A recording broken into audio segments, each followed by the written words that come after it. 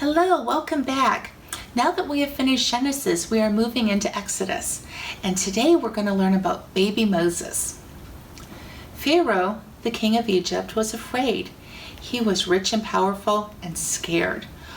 What could he be scared of? Well, strangely enough, Pharaoh was scared of God's people, the Hebrews. He thought there were too many of them, and he was afraid that they would try to become more powerful than he was.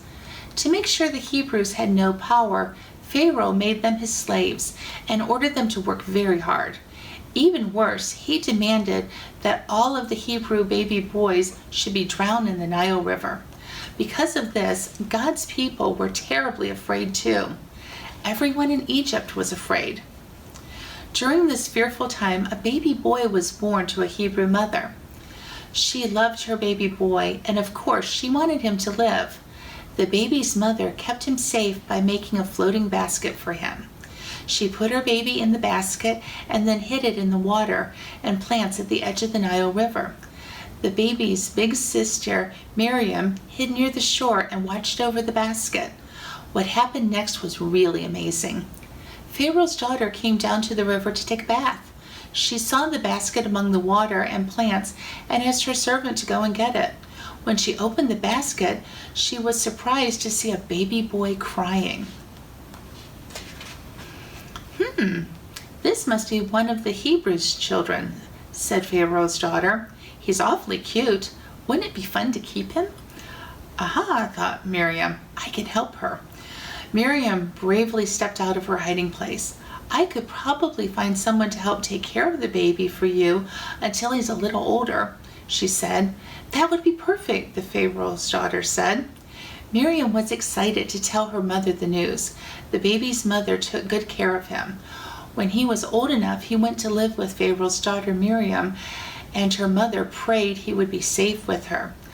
I think I will name him Moses, said Pharaoh's daughter, because I took him out of the water. Moses lived in Pharaoh's palace until he grew up to be a man. During that time, life became worse and worse for the Hebrews. Eventually, however, Moses helped free God's people so they could leave Egypt. Now there was something besides fear for God's people. There was hope.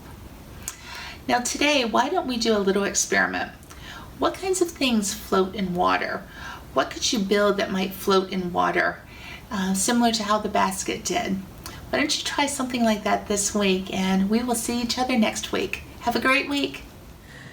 We are so glad to be here with you today to make a special craft about the Bible story you just heard. What story did we just hear? The story of baby Moses. That's right, the story of baby Moses. And baby Moses' story was a special story because baby Moses was put into a basket. And his mother placed him in the Nile River.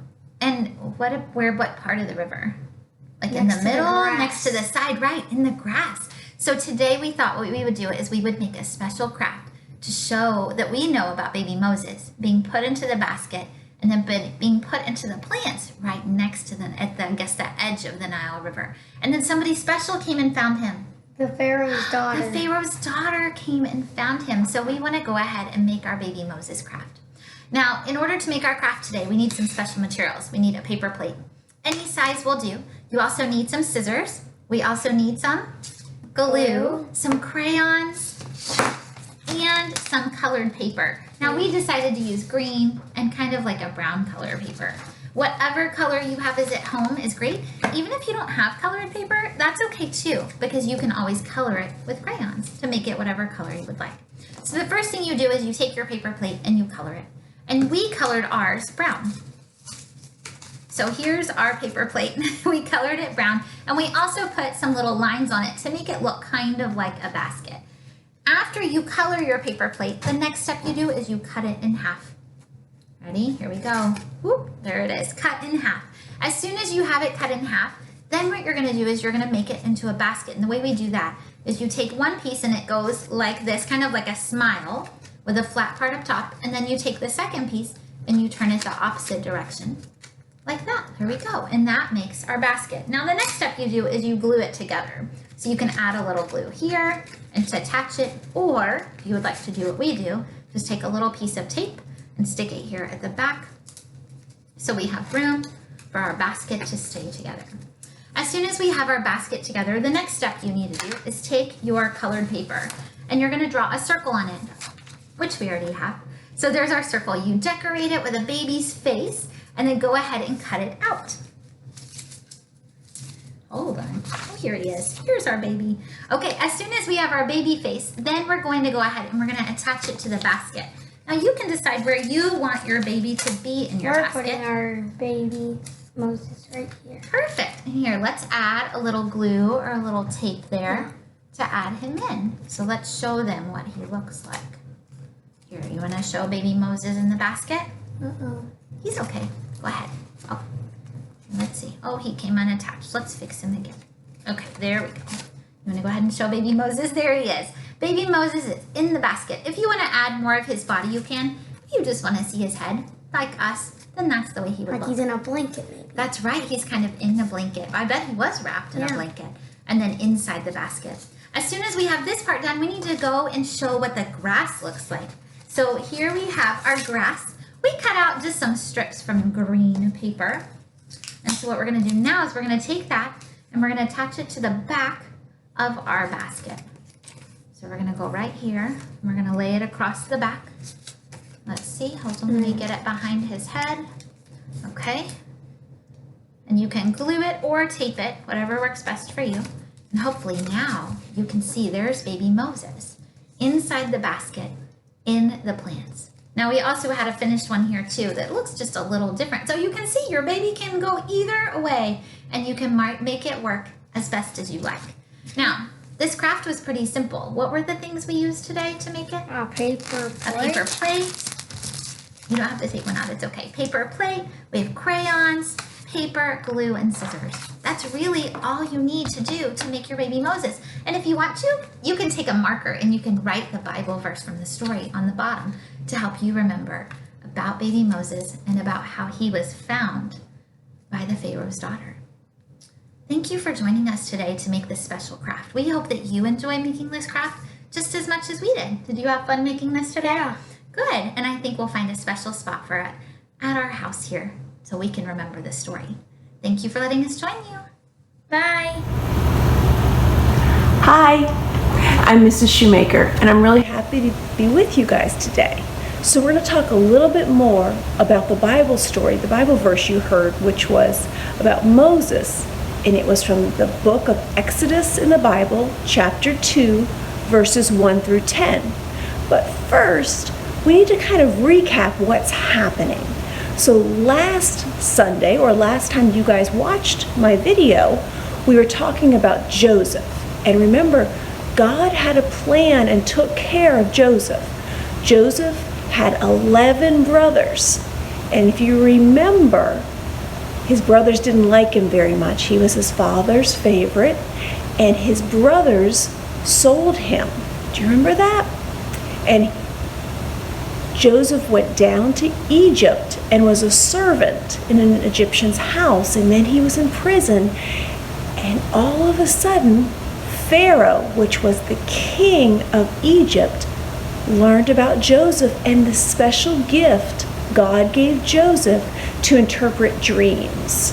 And if you remember, all of a sudden Joseph became governor of Egypt and helped Pharaoh and the Egyptian people and people from other countries to survive that terrible famine when there was nothing to eat. And some of those people that came from other countries were his 11 brothers. And even his father came. So Joseph was reunited with his father and his brothers, and he forgave them. And we're going to jump to where we are now. So, if you remember, Joseph's father was named Jacob. And God promised Jacob, if he went to Egypt, that he would become the father of a great nation. Well, a lot of time had passed. Remember, we knew that Jacob passed away. We knew that Joseph and his brothers settled and lived in Egypt. And enough time has gone by that for this story that Joseph and his brothers have also passed away, but they had children, and their children had children. And now the descendants, so the children of Jacob and Joseph and the brothers, are a mighty nation, just like God promised, and they're the Israelites. Now, they still live in Egypt, but they're not Egyptians. One thing that was different is the Egyptians worshipped many gods, but the Israelites only worshipped one God, our God. So they were a little bit different. Well, enough time has passed that, if you remember, in Egypt there were kings and queens, and the king, or actually even the queens, were called pharaohs. So the pharaoh that had the dream that Joseph interpreted, well, he's since passed away as well. He's died. So there's a new pharaoh. And this new pharaoh does not like the Israelites, does not like Jacob's descendants, Joseph's descendants. He comes up with a plan. Any ideas? He decides that the Israelites should become slaves to Egypt. And that's what he does. So all of the Israelites that live there in Egypt have become slaves. And it was not an easy life. They did a lot of manual labor, which means really hard work. But the Pharaoh wasn't satisfied with that, so he comes up with a new plan. He wants to get rid of the Israelites. I guess you would say that's his goal. So he decides, and this is scary, I think, he decides when an Israelite has a baby, when a family that are Israelites have a baby, if it's a girl, she gets to live. If it's a boy, he's to die. There's a river in Egypt. It's still there now. It's called the Nile River. And the Nile River was a really big deal back then, and it still is now, because it kind of brought life. So if you remember back then, there was a lot of farming and growing the crops. Well, to grow plants, you need sun, you need soil, and you need water. And the water came from the Nile River. And have you ever had that happen, where you had a thought and then it just went, whoop, well, it's going to come back. So the Nile River. So that was a really big deal. Well, the Pharaoh's plan was all the boy or male Israelite babies were to be thrown into the Nile River and die. It sounds pretty scary to me, but it's true, and it's what happened. So, oh, that's what I wanted to tell you. If you look at Egypt, all around the Nile River is nice and green because of all the plants and the crops growing. But as soon as you go away from the Nile River, if you go to Egypt, it's desert, just lots of sand, and it's very dry. So around the Nile River, that's how the Egyptians were able to survive, is they had the Nile River so that they could grow food. So what we know is, right at that point in time, if you were an Israelite and you had a baby and it was a boy, he was thrown into the Nile River. Well, now we're going to jump into the story from today. So we know a couple, a husband and wife, they had a little baby boy. They were Israelites. They hid the baby for 3 months. They were able to hide him in their home. But then they couldn't hide him anymore. God had a plan for this little baby. Do you have any idea what the mom did? Do you remember from the story?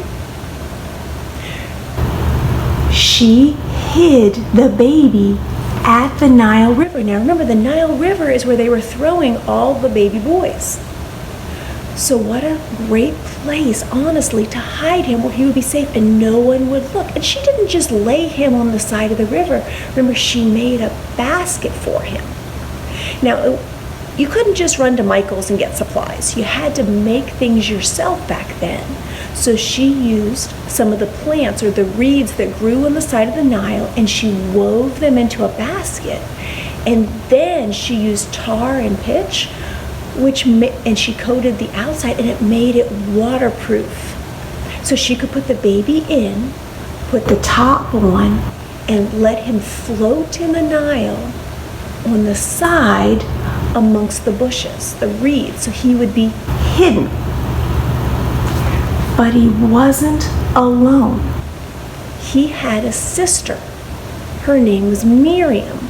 And in the Egyptian language, the name Miriam, all names have different meanings. It meant a good girl. So the baby's sister Miriam stayed nearby. Now, do you think they just put him anywhere on the Nile, or do you think there was a plan? There might have been a plan. So, the Pharaoh, the king, had a daughter, a princess. Now, back then, even though she lived in the palace, there weren't toilets inside or showers or bathtubs. Everyone, whether you were poor or rich, went to the Nile River for a bath to get clean. So I wonder what you think. Do you think the princess went to different places all the time to take a bath, or do you think she had a schedule where she went to the same place? I don't know. I always wondered about that. But the princess went down to take a bath at the river. Guess who was floating nearby? The baby. Guess who was watching? His sister Miriam. And the Pharaoh's daughter, we don't know her name except for the Pharaoh's daughter, we're not told, but she saw the basket. And she was curious. So she had one of her handmaids, which means servants. She had one of her servants bring the basket to her. And she opened it. Do you remember what her comment was? She saw the baby inside and saw that it was a boy and thought, oh, it must be one of the Israelite babies. You know, I wonder when she looked at that carefully made basket, if she could see how much that baby was loved. And maybe this was part of the plan, right? Because she had two choices. She could turn the baby boy over to the Egyptian soldiers, right? And he could be killed, he could be drowned, or she could save his life. Do you remember, which did she do? She saved him. Part of God's plan. God puts the right people in the right place at the right time. So, she is looking at this baby, and Miriam, the little girl, goes up to Pharaoh's daughter. Can you imagine a slave going up to the princess and just talking with her? And she offers to find someone to help care for the little baby boy. Do you remember that? Mm-hmm. Guess who she went and got? Who do you think? She went and got her mom. Her mom is also the baby's mom, right? How exciting for the mom. So she goes. Must have been kind of scary though. She sees the princess has found her son. And the princess is not wanting to harm the baby at all. The princess asks her to raise him. So what a joy for the mom. She gets to have her son a little longer, and he's safe, and the princess even offers to pay her for it, so her family benefits. So what we know is the baby went home, and the princess had said, when he gets older, bring him to me in the palace. I'm going to call it a castle. They called it a palace. So that's what happens. So time passes, and the mom takes the baby back to the princess. Do you remember, what does the princess name the baby boy? Moses. Do you know what Moses means? Moses means taken out of the water. How, that's like a literal, like the princess took him out of the water. So not only is he still alive, and he's one of the slave babies, one of the Israelite babies, the princess adopts him as her son, and he lives in the palace with Pharaoh. Now that must have been really, really difficult for Moses' mom to leave the palace, to leave her son with the Pharaoh's daughter. That must have been so hard. But she knew he would be safe there. And remember, moms and dads, we want you to be safe. We want you to be healthy and safe. And so God takes care of us. We don't always see it, but God has a plan for all of us. God had a plan for Moses to live. What an amazing plan. What an amazing mom he had, and sister, and Pharaoh's daughter, and just the plan all came together. God's pretty amazing, and God loves us. God can do amazing things. Thanks for hanging out with me today. So hey, let's close in prayer, okay? So get comfy. I think I'm gonna put my hands like this today. God, thank you for bringing us together. Thank you for sharing these stories with us where we can learn that even though we don't see you or see exactly how you're making your plan work, we believe you have a plan, and your plan is for the good of all of us, and you are helping us. So even when things are hard, you're still with us and you still love us. Thank you for loving us. Please keep us safe this week, and hopefully we can see each other again next week. Bye.